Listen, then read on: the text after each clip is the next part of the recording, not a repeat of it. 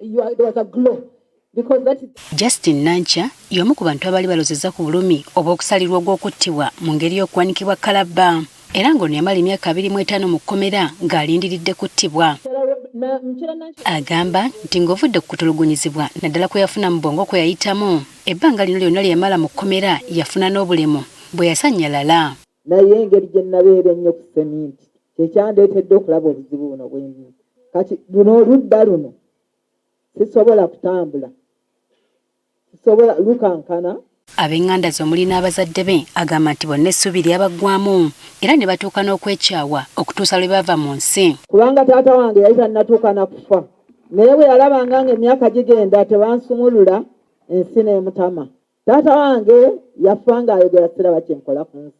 Bajjajja bange abankuza ne bagamba siraba kye nkola ku nsi. Ono si ye yekka, waliwo n'abalala abalojja ennaku gye bayitamu bwe basalirwa ekibonerezo eky'okuwanikibwa ku kalabba. Naye embeera gye nayitamu nali nkomye.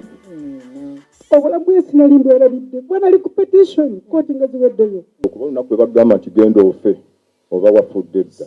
Neetegereza okumala emyaka 11 nga buli budde otunuulira akalabba kali wali waggulu. N'omanya nti ssaawa yonna nfa.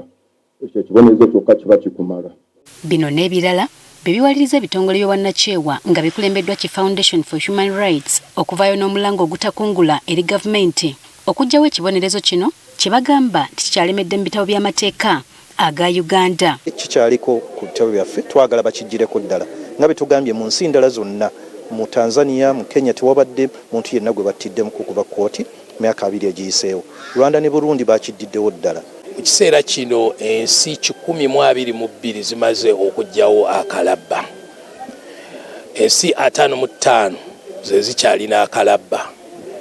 Era nga tusuubira nti Uganda y'emu ku nsi ezisobola okujjawo akalabba. Bano bagamba nti kiviirako omuntu asaliddwa ekibonerezo kino okutulugunyizibwa mu bwongo ko n'okulinnyirira eddembe lye. Nti bw'ogenda mu kkomera ng'oli ku death row, ssaawa yonna bagamba bugambi nti leero omukulu awandiise bagenda kutta mu nnaku 3.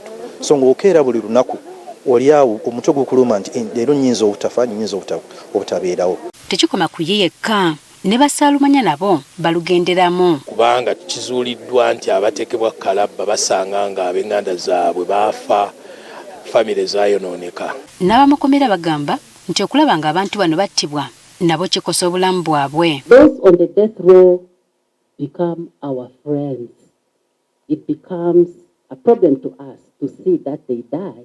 Ne we twogerera kati tukitegedde nti waliwo abantu abamaledde okusalirwa ogw'okuwanikibwa kalabba abalindiridde okuttibwa nga bano bakulungudde emyaka egiwera mu kkomera. Today we have 101 inmates on death penalty.